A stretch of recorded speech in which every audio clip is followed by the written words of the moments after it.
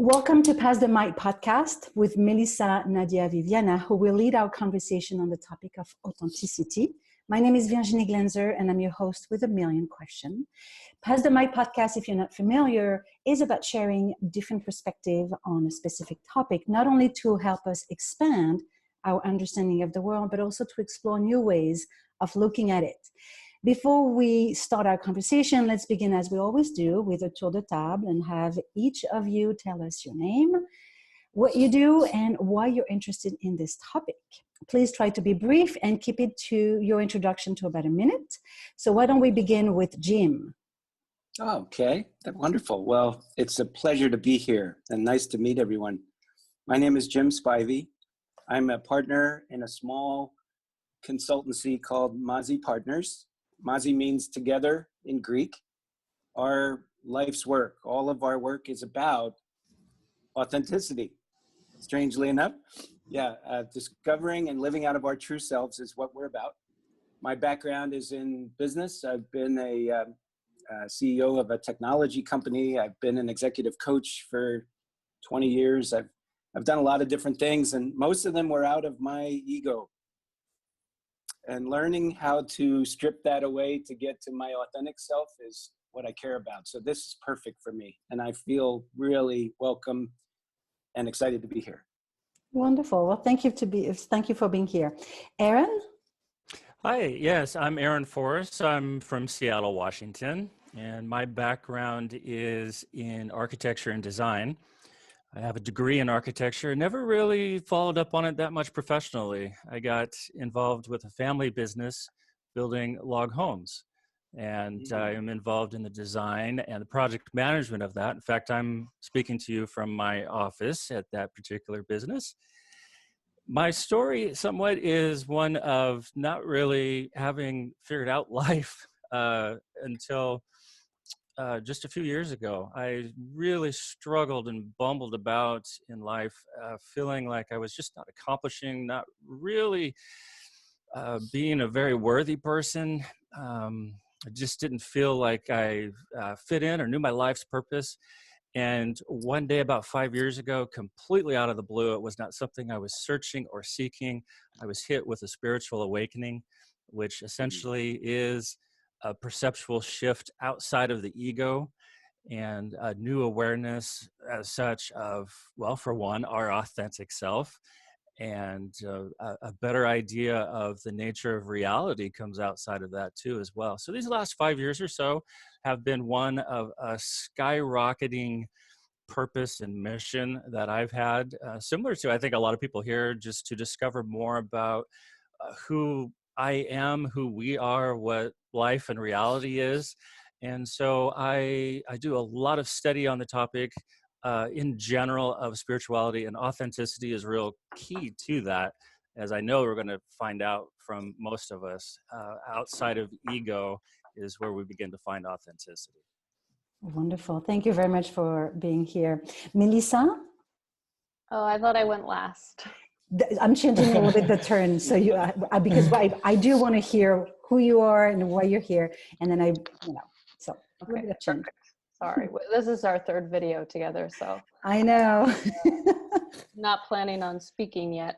So I'm actually a philosopher. I write philosophy, a little bit of psychology, and about society. I kind of call myself an existentialist and also a beat philosopher, because I like to express that I'm outside of the institutions, that I have more of an artistic view of philosophy.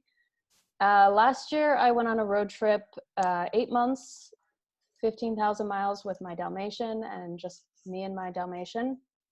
We actually spent a lot of time in Seattle. That's why I know that winter there is awesome, Aaron. But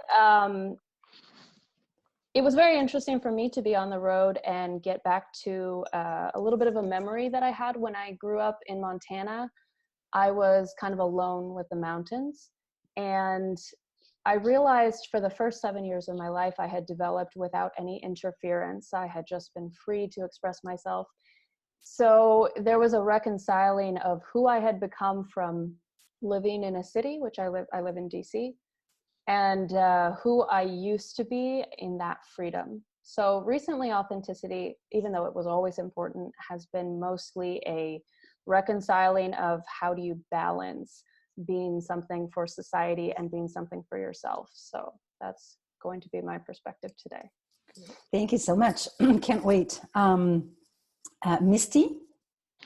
My name is Misty Gilbert, and I'm from Fort Worth, Texas. I was born and raised in California. I spent 37 years in a cult environment, something I was born and raised to. My mom was born and raised to. A very abusive childhood, and I lived hiding behind my pain and the religion and spirituality. And so my journey of transformation since that time, the last 6 years or so, has been learning how to be authentic, how to be myself, how to own my story, how to share that with the world who is generally unable to accept and really have compassion or empathy or even relate to someone who's had the abuse that I've had. And so my journey of my life is to be a ripple effect to encourage, support, and inspire other people to be themselves. And to be yourself means you have to be authentic, which means you have to remove the mask. You have to be open, real, raw, and vulnerable. So as a transformation coach, my purpose is to help people do what I've done, which is to embrace my pain and turn my pain into power. Beautiful. Thank Wonderful. you very much. And finally, Ashok. Right, my name's Ashok Zaman. I was born and raised in Sydney, Australia. I'm currently living in Shanghai at the moment. My background, especially with regards to this conversation, is in meditation. I've worn many hats in the world. I've been a full-time journalist, an actor and a model. I've run my own company for a little while. And teaching meditation as well. I started meditating when I was about 19, so that was in 1996. If you're good at maths very quickly, you can figure out how old I am. And I started with a year of full-time practice. So I dropped out of university at the time. I was studying psychology, and I just felt as though what I was learning there lacked meaning. It lacked it felt like it was empty, and I was looking for something more meaningful. And I'd always been interested in meditation and sort of looking at what's behind all these appearances and all the masks. So I basically dove in the deep end and went for a year full-time practice at its peak, doing like 10, 12 hours a day for a few months. And needless to say, it's changed a lot of things, and it's been a major part of my life ever since then. Very well. Well, thank you very much. Yep, that must have been quite a journey. So this topic is very dear to me. Some of you know that I have 2 Twitter accounts, one where I share leadership and marketing best practices, and one called True Self Wisdom, where I share my deepest thoughts while exploring, trying to understand philosophy, or going back, psychology and mindfulness. I'm glad we're having this conversation because I wrestle with this idea of authenticity, and particularly with the way we use it in our society. What I find interesting is that today, experts on the topic of authenticity tell us that it's found in 2 types of individual. Young children. If you ask a class under 5 who's the strongest, you will see all the hands in the air. But if you ask the same questions to 7 and 8 years old kids, you'll find finger pointing to a specific person. So the other individual is also, or the wrinkled and old people who are not afraid of giving you a piece of their mind, telling you to shut down your music, and by the way, adding that they don't like you. But here's the thing, I'm neither a child nor an old and cranky old person yet, and I still want to live my life authentically. In our society, many people use authentically to remove their mask, as some of you have already said, and finally tell others how they truly feel. But in my perspective, it has nothing to do with being authentic, because being authentic, to me at least, doesn't prevent us from being kind, open-minded, and even generous with others. Let me add one last thing before we start our conversation. I've been thinking a lot about this topic for this conversation, and actually in the last 10 or 20 years. And there's a part of me that thinks that authenticity has something to do more with the way I feel about myself than the way that I engage with others. And so I'm starting this conversation with an understanding that authenticity is when we have coherence with our personal truth and values. And I don't think it should change based upon context, but perhaps this comes down to a meaning issue. What does authenticity means to each of us? Is there a difference between being authentic as a separate individual and being authentic as the source of consciousness?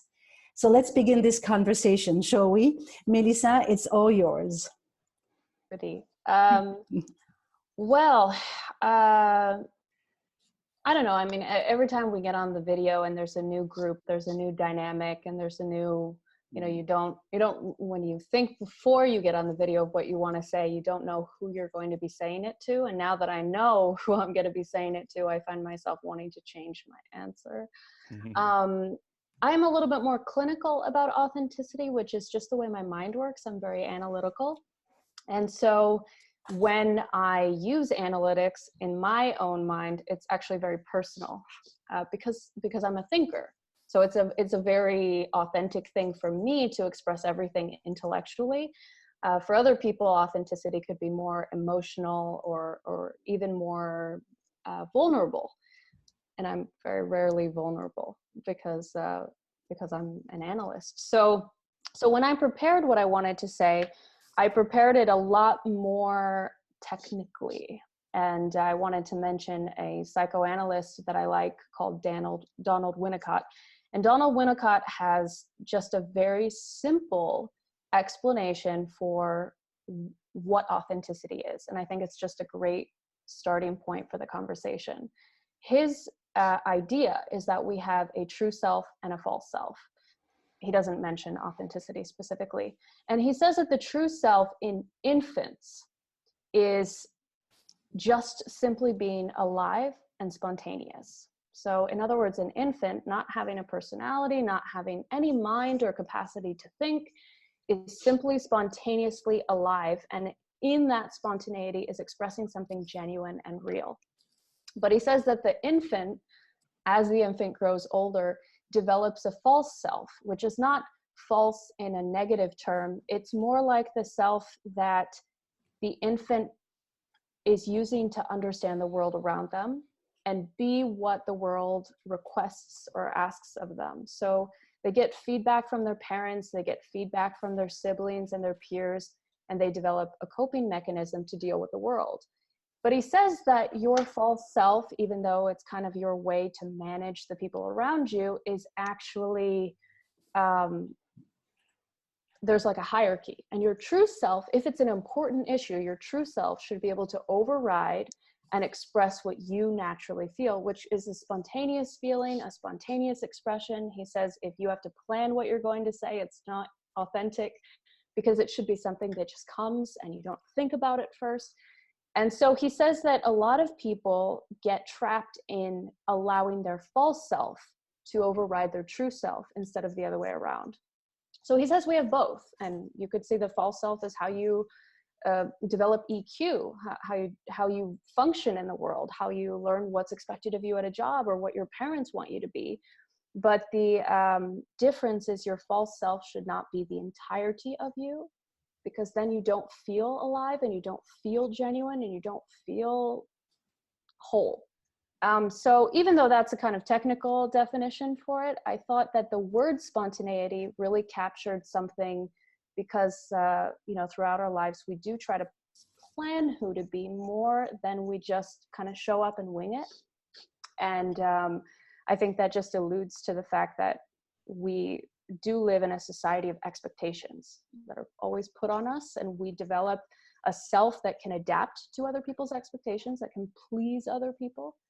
And that's the dance between that true self and that false self. So if anybody wants to jump in, that's just my starting point. No?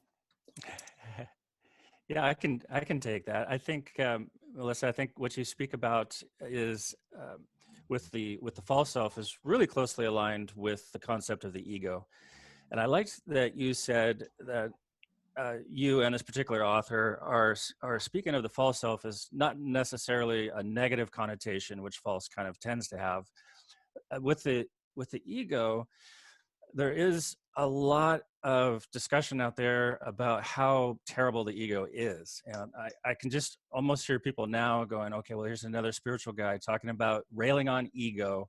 Ego isn't really that bad of a thing. And that is true, because it is a part of ourself that is necessary to function in this realm of time and space that we are in.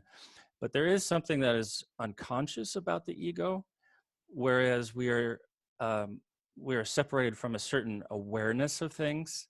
And so we develop more habitual patterns of thought and behavior in specific roles very often, in terms of whether that be at work or with certain relationships that we have, that we often are not really who we are. We're conditioned in a certain way, and that develops perhaps even more strongly over time.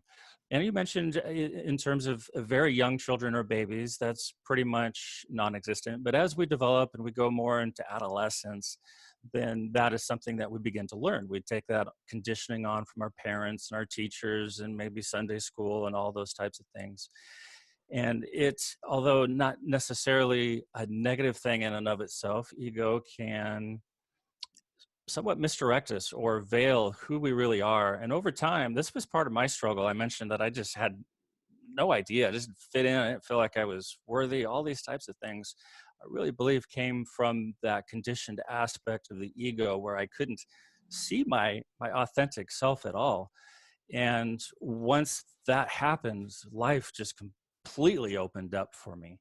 And so I think that would just be my 2 cents, that I agree wholeheartedly with the concept of the false self. I think it aligns really closely with the ego. And in those aspects, I think it does kind of tend to veil our authenticity. And so for me, you'll hear ego a lot. That's kind of my central crux of what I study and what I research and what my experience has been. But once I was able to sort of pierce that veil, that membrane, authenticity became so much easier for me. Jim, go ahead, Misty. I would contribute by saying that from my perspective, as I said in my TEDx talk, my definition of authenticity is to be open, real, raw, and vulnerable. So I do feel there's an element with the spontaneity that you're talking about. If we're not vulnerable to connect to being ourselves in that moment, just who we are, we're not really being authentic. We're still wearing a mask, whether it's a false self or the ego or anything else. To truly be spontaneous and throw all weights aside, everything that is somebody else that we're trying to be, we have to be open, real, raw, and vulnerable. I do believe that we learn to adapt our mask, our personality, our likes, our dislikes, everything about how we communicate based on our environment. Even Melissa, just as you presented today, stating, now that I know who my audience is, I'm not sure I want to share exactly what I came prepared for. You had in your mind how you wanted to show up. And then when you see the audience here, you're like, maybe I want to change this, good or bad, okay? We are always looking at the environment around us and the people we're communicating with, wondering, how am I going to be perceived if I say this, let alone received? So it's 2 elements. We're looking at, how will you receive me if I tell you I was raped at 17? Let alone, what is your reaction going to be? Are you still going to love me? Are you still going to appreciate me? Are you going to still accept me? Or do you go like my parents and you think, well, she was being inappropriate, she brought that situation on. You have your own story in your mind, and we're all adapting to those experiences that come from our childhood. And so I personally believe that we all are learning how to be authentic based on our environment. And the environment that allows us to show up and be ourselves allows us to be more authentic. And the true journey of being authentic is when we don't allow our environment to control how we respond. And we show up regardless of who's on the call, regardless who's in the room, and we be ourselves 100% and deal with the energy inside of us to communicate and relate to those around us. that's my opinion, but that's because that's what I've had to do in my journey to overcome my environment, my beliefs, my experiences, my trauma, all of it. Right. If sorry, Jim, you want to go or? Go right ahead. I'll go right Okay, ahead. okay. So I just wanted to jump in on this dichotomy between the false self and the true self, and with what the others have shared so far. This false self can be like the roles we play in different situations, and it's like, you know, the role that you play with your family, with your partner, and the role that you play at work can be very, very different. And I think all of us can notice a kind of shift when we go from one to the other, or a conflict when they get mixed up, when you get people from work and people from your family together and they know you in different contexts.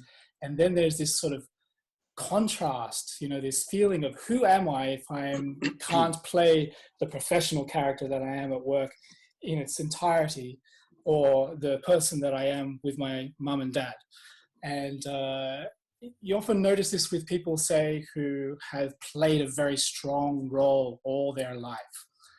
Like they really, really identify with their profession. Like, let's just say a policeman, something like this. And then they retire and they no longer have that role to define who they are. And it's a bit like, well, who am I actually without any of these roles? If all those roles were to be taken away, what's left? And that sort of throws you back onto something more truthful and genuine inside, even if it's in the beginning an unknown quantity. You can't really say anything definite about what that might be or who that might be. And I think a lot of it is about, as Misty was saying, being very honest with all the things that come up when those roles, those masks are removed, and all these different things that had been hiding behind those roles start to show themselves. Nice, Jim. I have an interesting dilemma to share. I'd be curious if anyone else is in it. So it's known that the part of the brain that talks about a subject and the part of the brain that experiences the subject are two different things. So in other words, you have to leave the experience of a subject to talk about it. So my brain wants to talk about something. My heart wants to share the experience I'm having. And I just had the most interesting experience of authenticity. When I heard Misty show up, I said, this is someone I could relate to. I'm going to speak after her. And then Misty finished speaking. I started talking, and the Shooks started to talk. And my ego, my false self, wanted to say, I have something to say here because I had a plan and I knew how it wanted to go. And then I laid it down because in my heart, I'm here to participate and to hold space for all of our brilliance. And I got to experience, like inside myself, being authentic as opposed to being my personality. So it's interesting. This morning, I prayed and meditated about this gathering and cried and laughed most of my morning. And I was so moved by the topic because it's like I give my life to learning who I am authentically. And now to step into it in an hour with a group of people I haven't met, it's like impossible. My brain wanted to explode. So I just cried. And then I said, I'm going to call a friend and I'm going to share what I'm going through. And I called my friend and I said, I'm about to enter this podcast on the subject of authenticity and I'm scared to death. And he said, tell me more. And I said, well, I'm afraid that I'm going to slip because I'm an abused child too, Misty. And in my subconscious, I am constantly trying to prove I'm worthy of being here. I don't even know that's going on when it's going on. It's going on all the time. You know, Bruce Lipton says it's going on 95 to 99% of the time. Our subconscious mind is running us and we don't even see it. So I'm realizing I'm feeling that. And then the way I deal with that is to speak a lot and speak very intelligently and be a very winning personality. I am an Enneagram type 2. It's probably obvious. Okay, so I want everyone to love me and to approve of me, and that's the way I'll operate. So to see those things and to lay them down and experience the joy, like joy of being here connected with other people, giving their own lives to learning and expressing fully who they are is pure joy. My voice shakes in the joy of it, which interestingly enough, I can't access until I own that wounded part of me that wants to sit here and sulk, that ego part of me that wants to prove my entitlement to be here. I lay those down, and then what shows up is me. And I love him. So there you go. So this is great. I mean, I really appreciate that everybody had the chance to share what authenticity means to them, and we can see some commonality and some differences. Jim, you're leading us into the conversation about how do we cultivate, how do we step out of these roles, how do we become conscious of this background conditioning work that is happening without us knowing. I'd love to hear all of you. And maybe if you want to start, Aaron, because you've had this unique experience. But once so not everybody has what you've experienced. Mm-hmm. So if you can share a little bit, and then how do you go about cultivate? Okay, right. So my experience is somewhat unique. I know a lot of people haven't had this. Again, this was something that I absolutely was not searching for.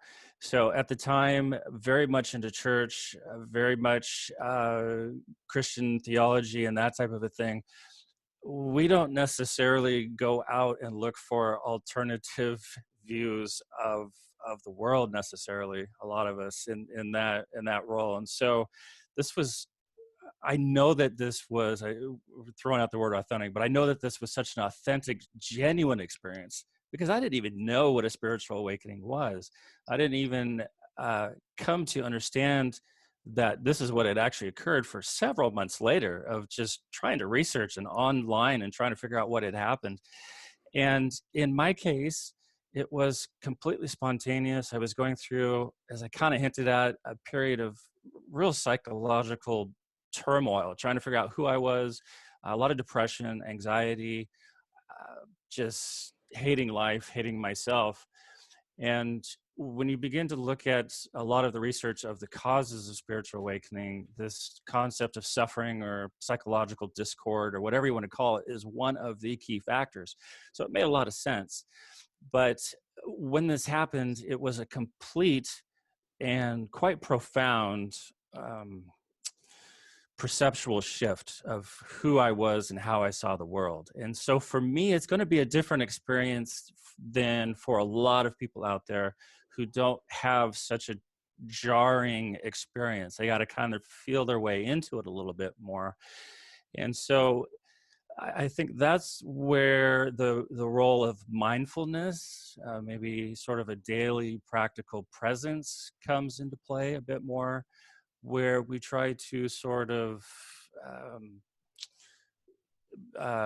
loosen the ego's bond on us a little bit more. And one of the greatest authors on the subject, I think, is Eckhart Tolle, who is a #1 worldwide best-selling author on the subject of presence. And he equates ego quite directly with the mind, especially with thought.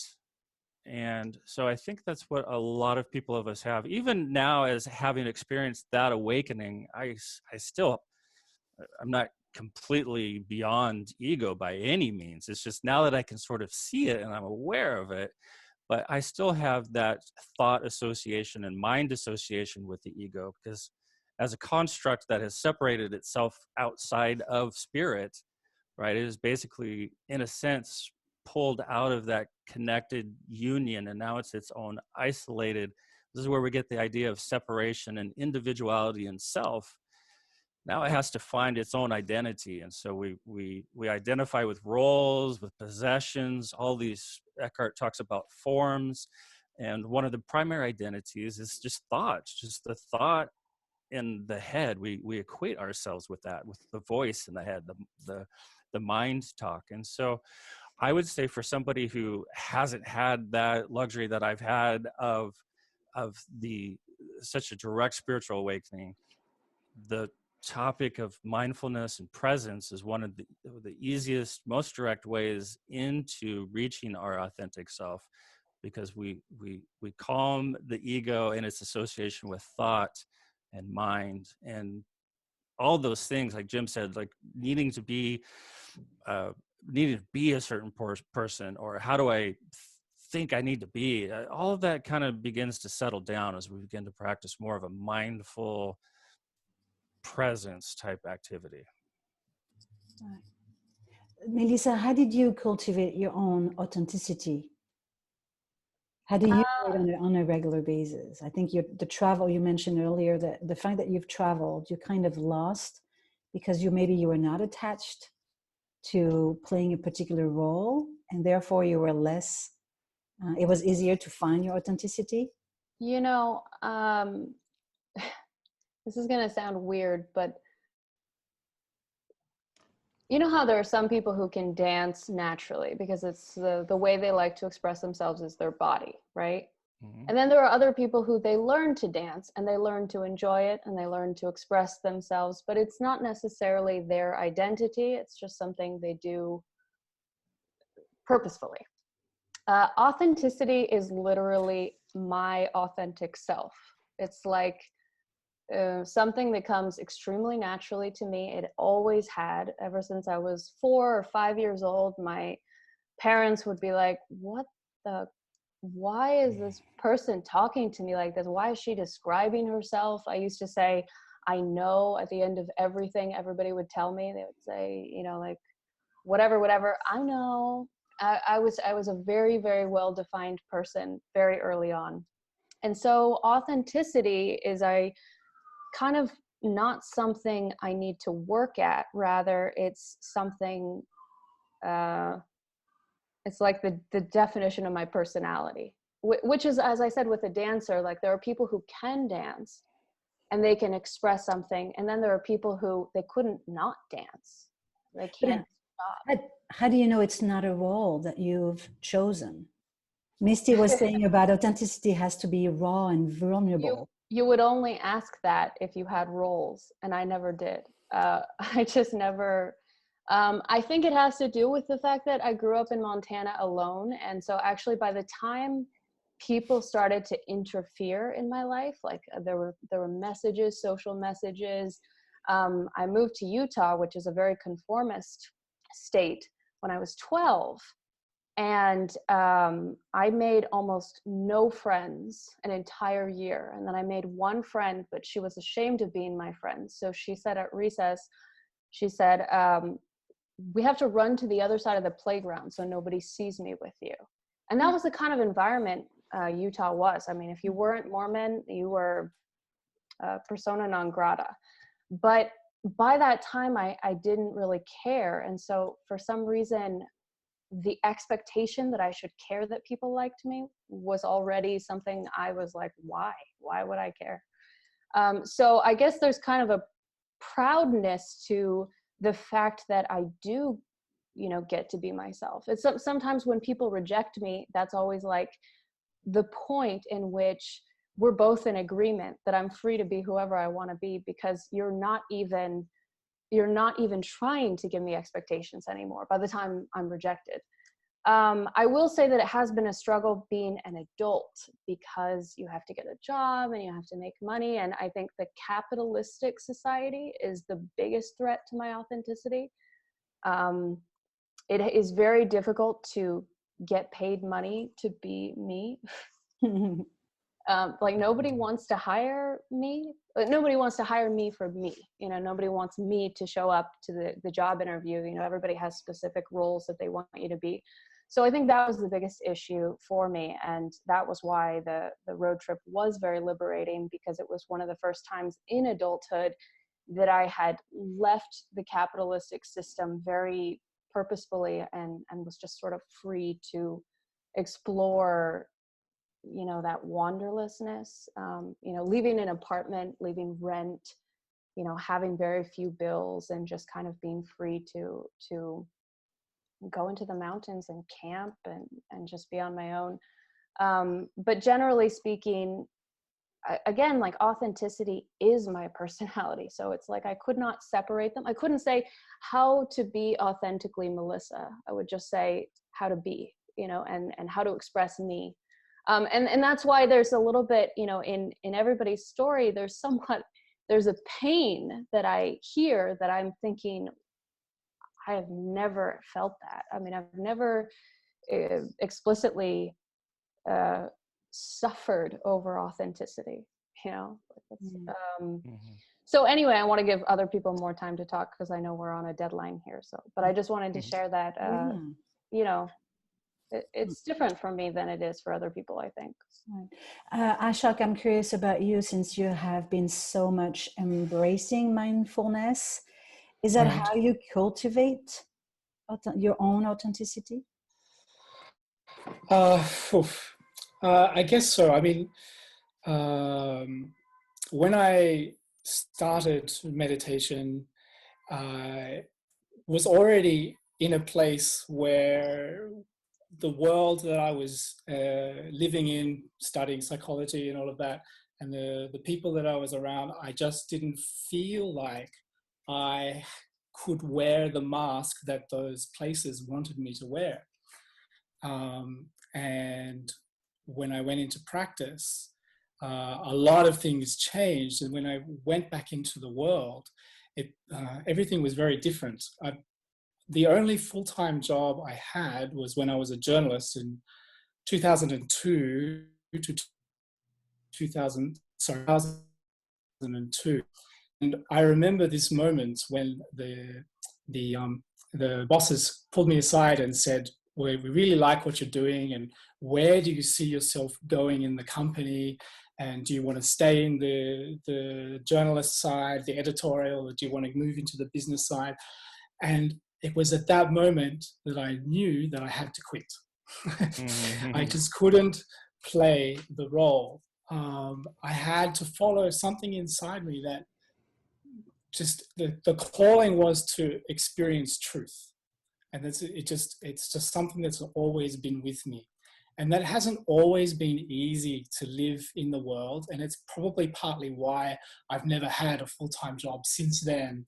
I've always worn many hats and tried to do things that allow me to kind of be solitary, a bit like Melissa. You know, I am kind of a very solitary person, and to practice and go deeper into this feeling of truth that comes when you practice deeply.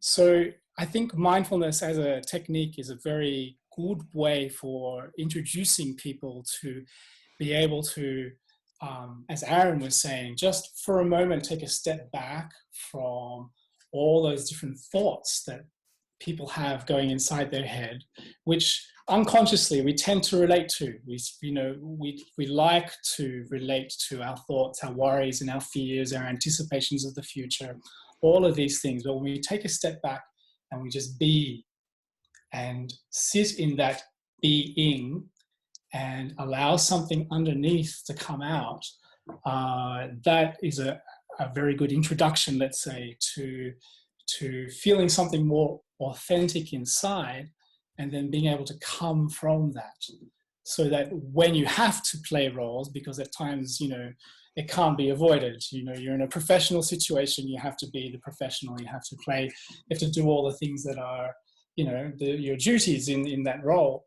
And you have to do it in such a way that other people can relate to you and you get along and all that kind of thing. And so those masks still are worn, but it's a bit like, rather than being an opaque mask which hides what you're really feeling underneath, something like, I don't know, I don't want to be here, or hides your insecurity, your fear, your pain, it becomes more transparent.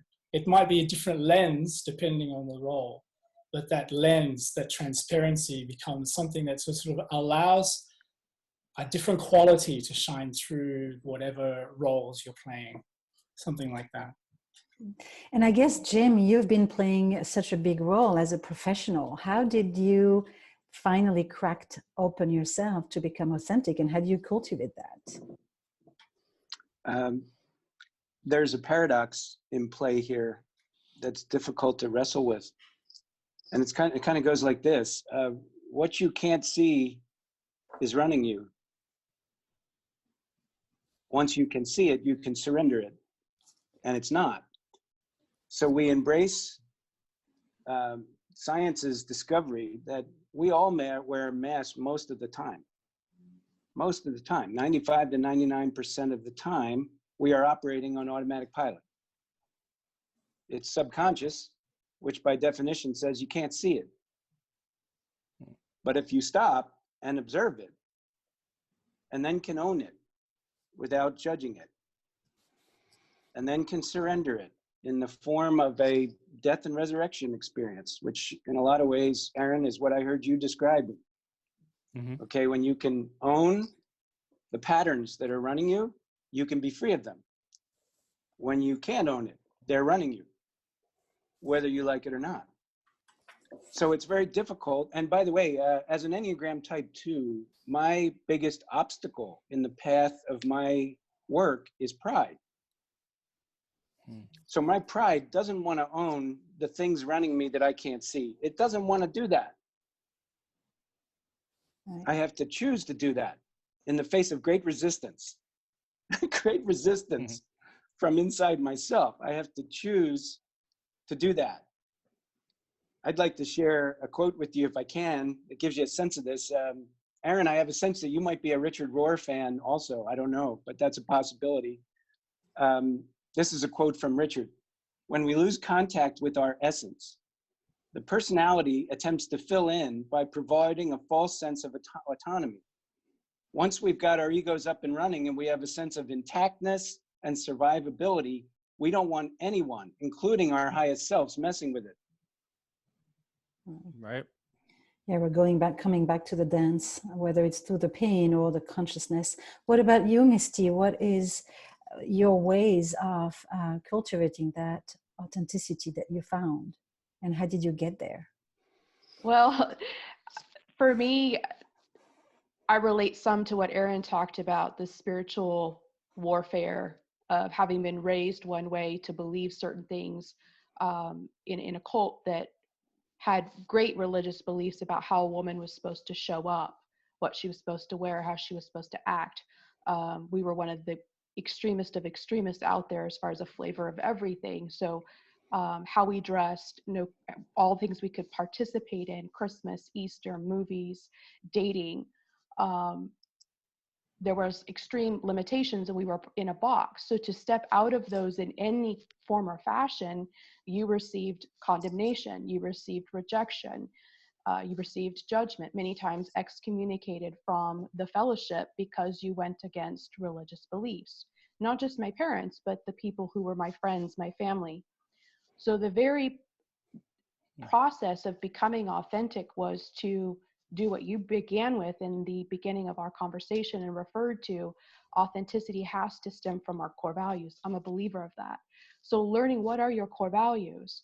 What is it that matters to you, and are you living in alignment to it internally and externally?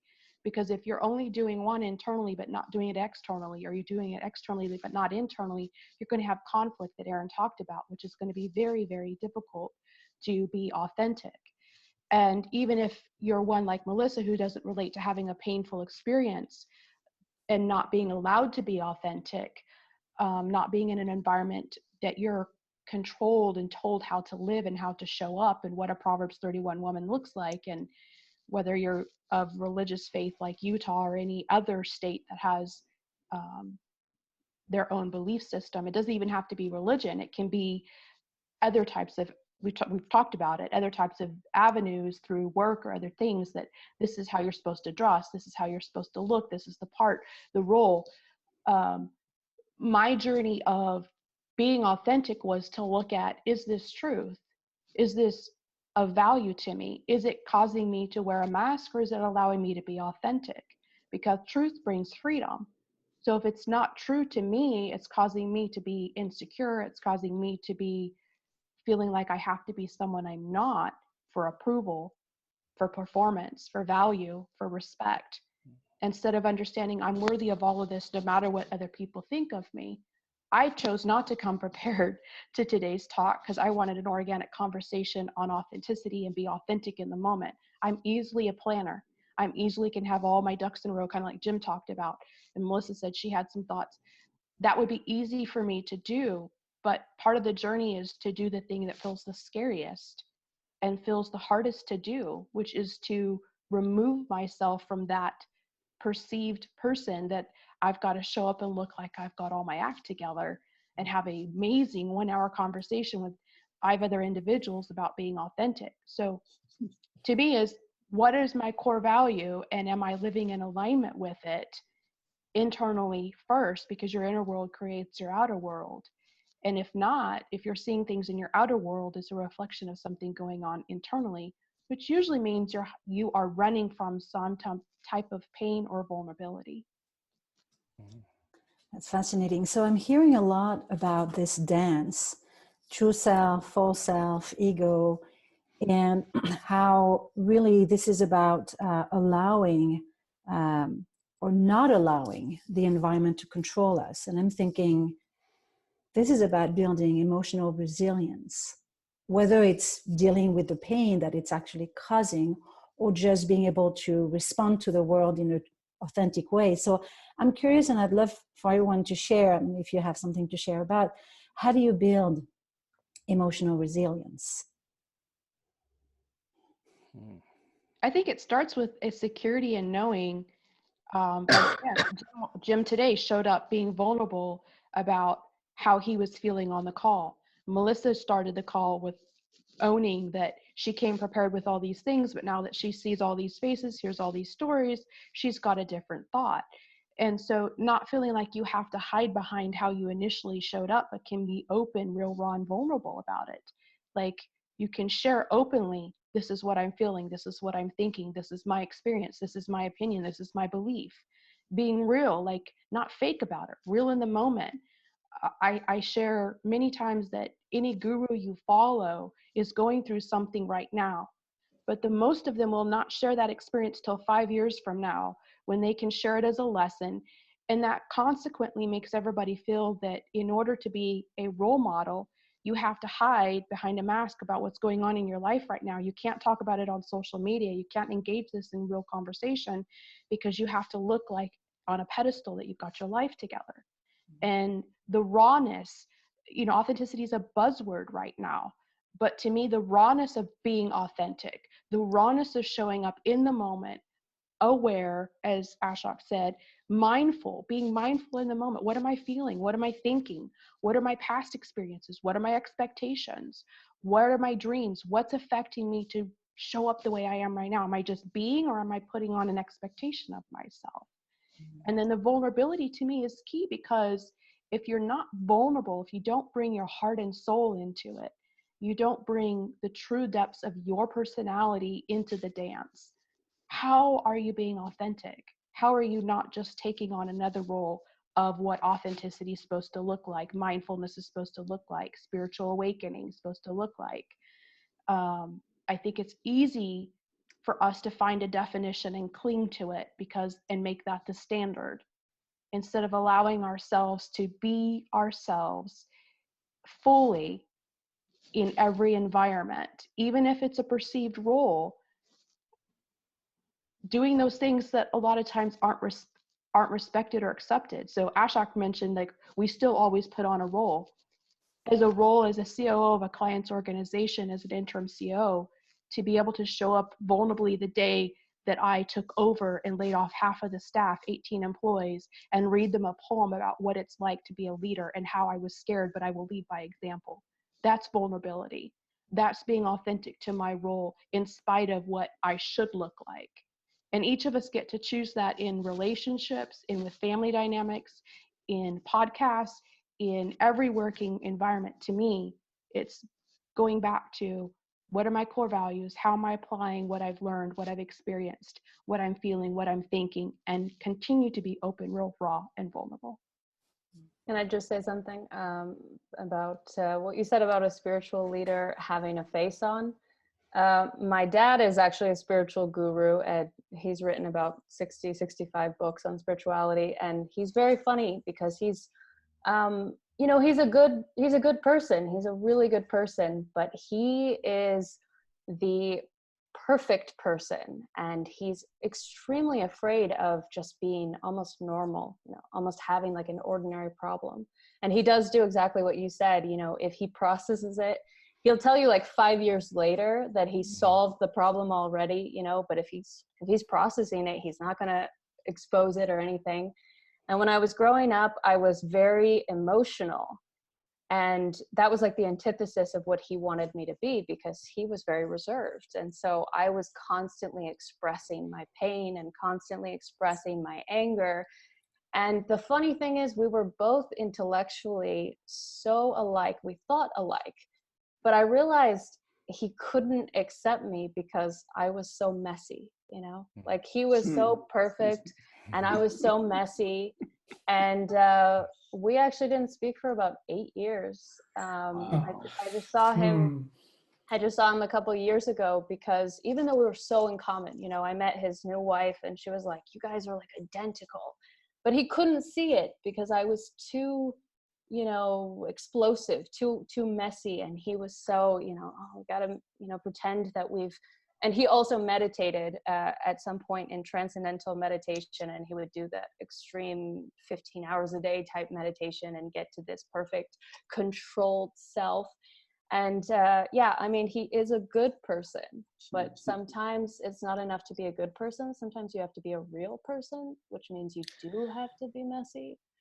And so it's kind of always preferred my messy journey, just because I got an opportunity to, instead of be idolized, just be loved and hated, Certainly he's not hated by anybody. How could he, But that's a prison in itself, so. Yeah. I think you described beautifully the dance of loving and hating every side of you. And I think that's part of being authentic. Yeah, definitely. Can I make an observation?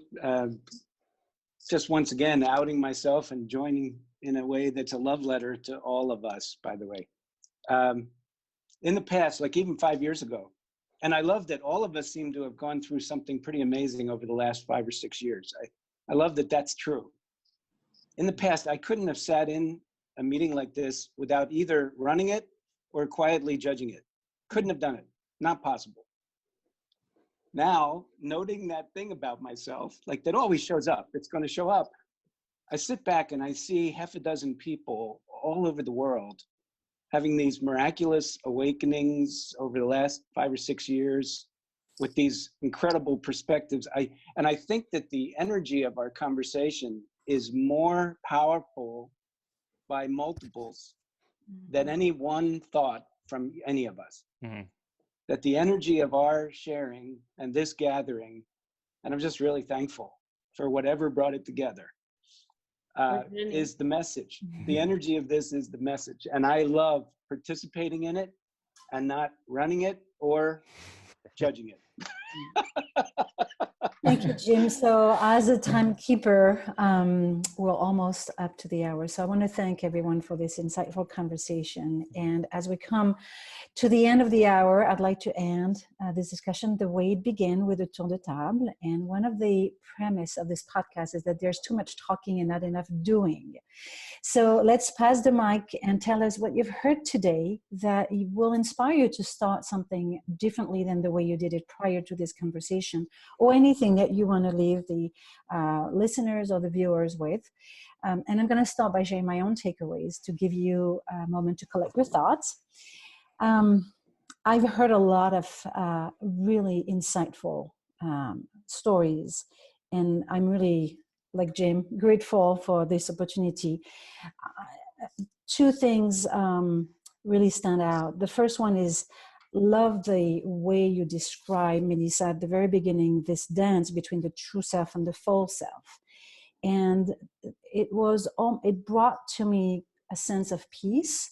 I've always had this sensation or understanding that I had to fight for this authenticity to come out. And even though there is a fight, and it could come through pain, now that I look at the true self, the false sense, I think I can reconcile the two and kind of remove a little bit the dance, and I just acknowledge that sometimes I do wear a mask and sometimes I don't. And it's, I think, a matter of choosing the true self to be the leader and using the false self to adapt to the world.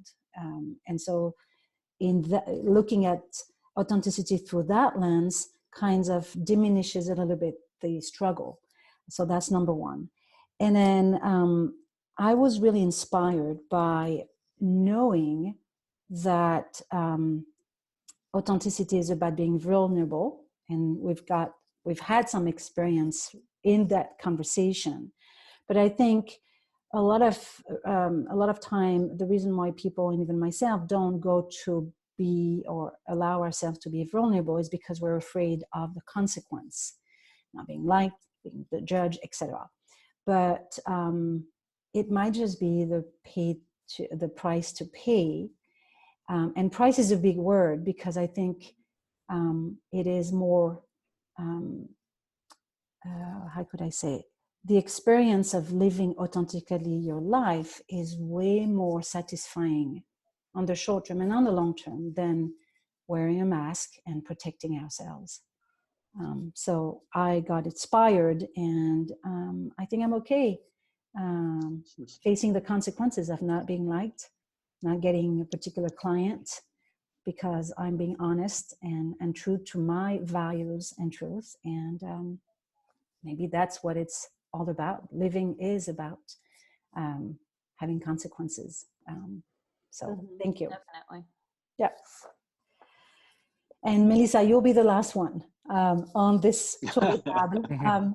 So Aaron, do you want to share your last thoughts or comment?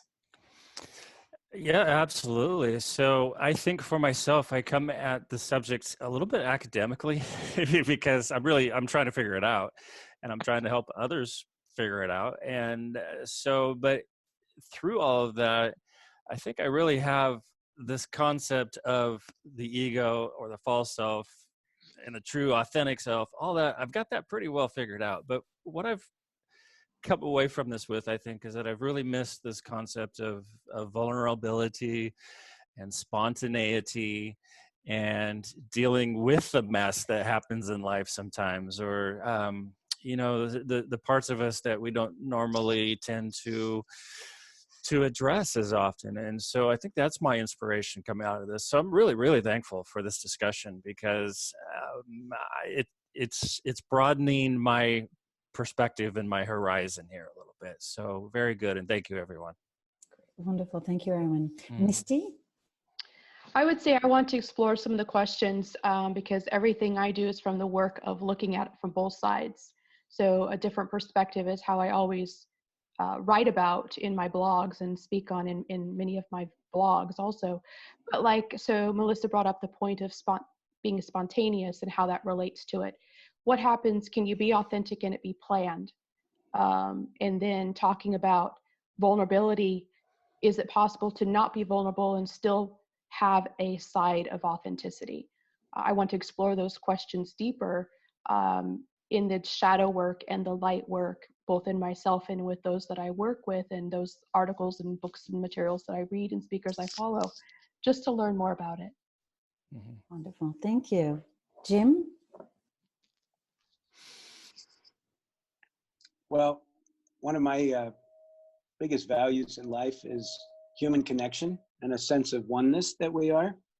And love is my essence. And I'm discovering real time that authenticity with myself opens the door to connection with others. And then the second thing that happened in this meeting, which is a delight, is that connection allows you to stay open to delightful surprises. And every one of you has surprised me. Like every one of you, when I first would hear you speak, I could easily make up a thing based on a few words and then listen deeper. And every person surprised me with their beauty and depth and range of experience. It's just stunning. But I noticed that it all started with being authentic with myself. And I really cherish having had that experience. This has been beautiful, and I'll take it with me all day long. Starting with ourselves, that's very true. Ashok? Okay, yeah, so for a while I'm sitting here wondering what I'm going to say. So, but two things that stood out for me. One thing that Melissa said about being real, and I think that's something that everyone has been doing in this conversation, which is something I definitely appreciate a lot. And the other thing is that the fact that we're all together having this conversation and being real in our own way makes it a kind of practice, like we're practicing something here together. And I think there should be more of that. That's it, basically. This is a great practice to keep working on and cultivating, where, you know, we sort of draw out each other's authenticity in a kind of magical, alchemical kind of way. That's beautiful. Yeah, love this practice. Melissa. Okay, well, I wanted to share one last nuance. So my boyfriend is a people pleaser, and he's very, very well liked by just about 110% of the people on this planet. And we used to kind of banter about who had the best EQ, you know, who was better with people. And one day I said to him, you know, if nobody knows who the real you is, then you're not better with people because you've completely compromised yourself for them. And I realized that one of the aspects of EQ and being able to be good with people is that you not only have to give them what they need, but you have to ask them for what you need.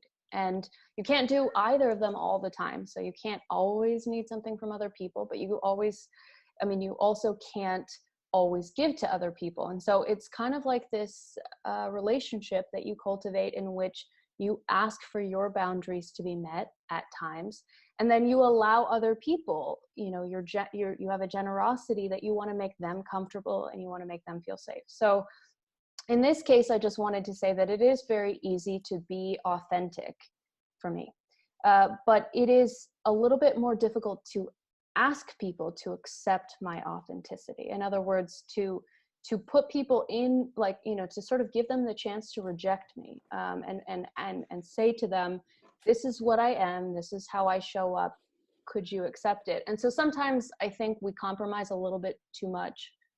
We are a people pleaser, not because we're inauthentic, but because it feels good to make other people happy. And I think you have to let other people also feel good for making you happy. You know, you have to let other people be generous and let other people go through that experience as well. It's kind of a reverse of everything that you do to other people. You should at some point ask them to do for you, you know? So authenticity is both, you know, it's being comfortable with yourself and letting other people feel comfortable with themselves. But then it's also sometimes giving people a chance to be put on the spot, and which I think Misty did in this video.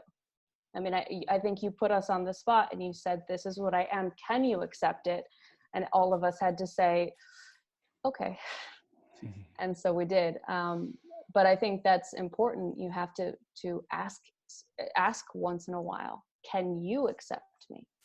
And so I probably don't do that enough, but that's, you know, my last thoughts is I would like to try to do that more often. So. Very nice. Well, thank you very much. I'd like to end by asking viewers and listeners to like this video and subscribe to our podcast, whether it's from an authentic standpoint or just to make us happy. I'll take both.